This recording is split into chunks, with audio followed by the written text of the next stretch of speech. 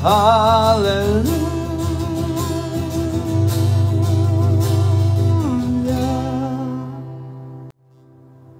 The Lord be with you.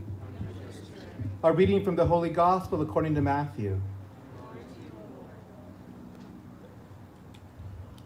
Jesus, again in reply, spoke to the chief priests and elders of the people in parables, saying, "The kingdom of heaven may be likened to a king who gave a wedding feast for his son.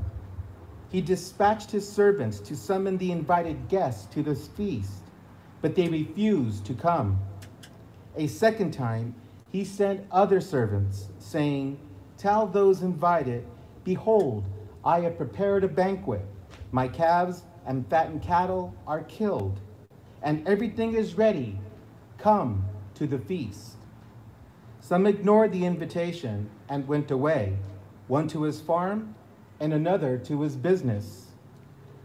The rest laid hold of the servants, mistreated them, and killed them.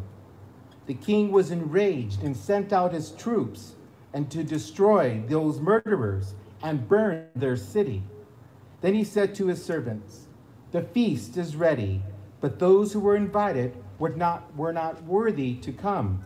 Go out, therefore, into the main roads and invite to the feast whomever you find.'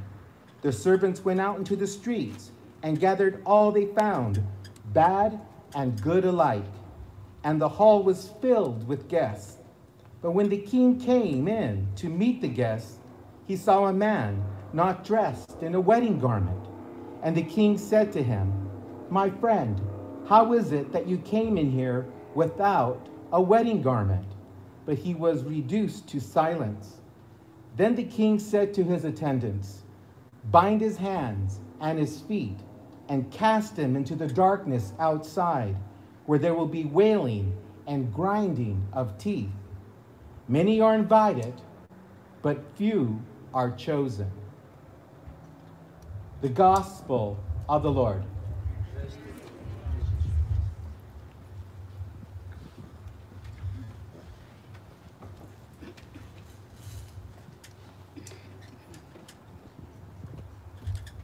You're invited.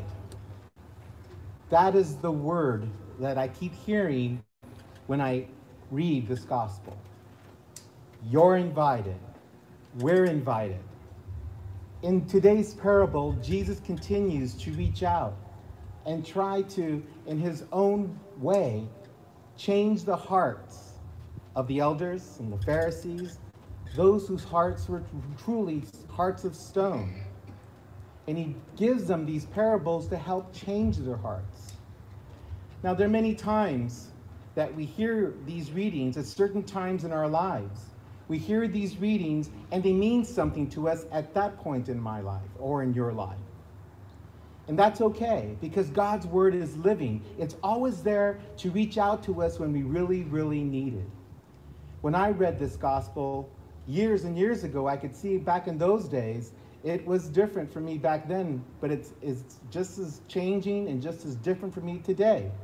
But the main point of this gospel is that we're invited into relationship with Jesus. We're invited into a relationship that is lasting, that is filled with blessing, that is filled with hope, that it's filled with what we need to carry on to the next day and to the next day. I remember back when I was young, God called me, invited me into a relationship, and I was probably doing what I was doing back then when I was a child, a teenager. But that invitation kept coming. And like some of the people in the parable, I kind of like had better things to do. I didn't really need to respond to that invitation, even though I can clearly see that God was inviting me into a relationship. It wasn't until I was around 20 that I went on a retreat. And maybe some of you know about this retreat. It's called Search. This was a long time ago, back in the early 80s, and it was Search 38.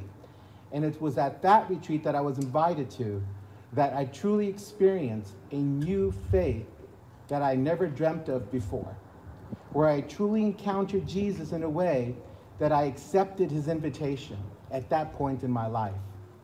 And as time continued to go on, as as I continued to grow in my faith, one thing that was constant is a continued invitation in my life to a deeper, more committed relationship.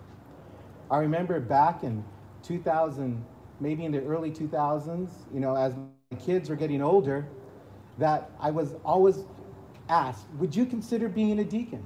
I go, no, I'm not really ready to be a deacon. No, that's not for me. No, I'm good. I'm really busy. I'm good. But every time that invitation would come, and I would come up with the same excuses. Oh, I'm really busy. I'm good. No, it's okay. That invitation would keep coming until back in 2008, I finally accepted the invitation to even look into the diaconate. And then the rest is history when I entered formation in 2009. I say this story is because even in my life, I could see how the Lord continues to invite me into a deeper, committed relationship. That relationship that each one of us are called to, whether it's whatever walk of life that you're in. Simply being baptized, you're invited into a deeper relationship with Jesus. Simply being here today, you're being reminded of how important your relationship is. And it must be important because you're here today and you are listening and watching on YouTube or Facebook. This is an important part of your life, but we're always called to go deeper into that relationship. We're always called to go deeper into knowing what God's purpose is for each one of us. It's in those times when we truly need God, He is present there. In those times, especially today, I can't tell you, even though we're in this really, I call it a weird time. 2020 is turning out to be a very strange time. Pandemic, the unrest that we've seen, all the stuff that's going on in the world. It is just really struggling out there. It is a time of deep struggles. And so when we're in relationship with God, it doesn't make all our struggles go away. It doesn't make life, always, on cloud nine, so to speak. But what it does do is it makes life meaningful. It makes life purposeful.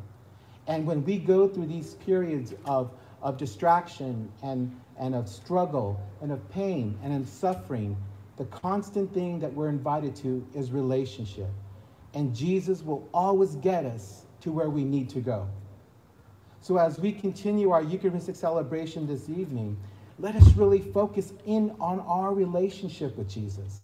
Let us know that we're called today to be the disciples that we were christened, when we were baptized, when we received our other sacraments of initiation, that we're called to go out and to be that person of faith. There's a second part of that parable that's interesting, where that person goes into the wedding feast without a garment. And then the king says, why did you come here without a garment? And what happens was he was silent. And he had his servants take him out, bind his hand, bind his feet. And what happened? He was thrown out into the darkness where there's wailing and grinding of teeth. That's kind of depressing almost when you think about it, right? But what that teaches me, and what that's saying to all of us is, we're called to relationship, but we're called to a relationship that shows how Christ is truly alive within us. People need to see the face of Christ in each one of us.